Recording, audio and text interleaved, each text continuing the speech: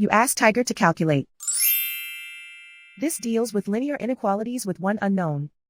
The final result is x greater than negative 11 over 4 greater than negative 23 over 4. Let's solve it step by step. Group all constants on the right side of the inequality.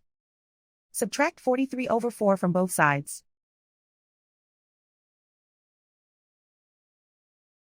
Combine the fractions.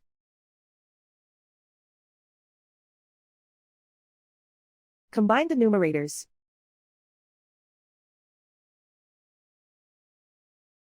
Reduce the zero numerator.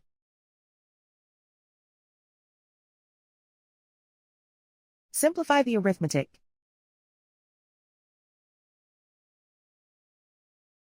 Convert the integer into a fraction.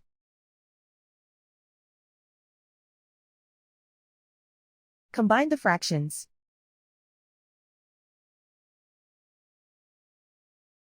Combine the numerators.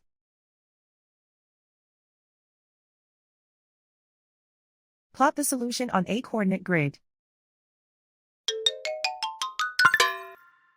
And so the final result is x greater than negative 11 over 4 greater than negative 23 over 4.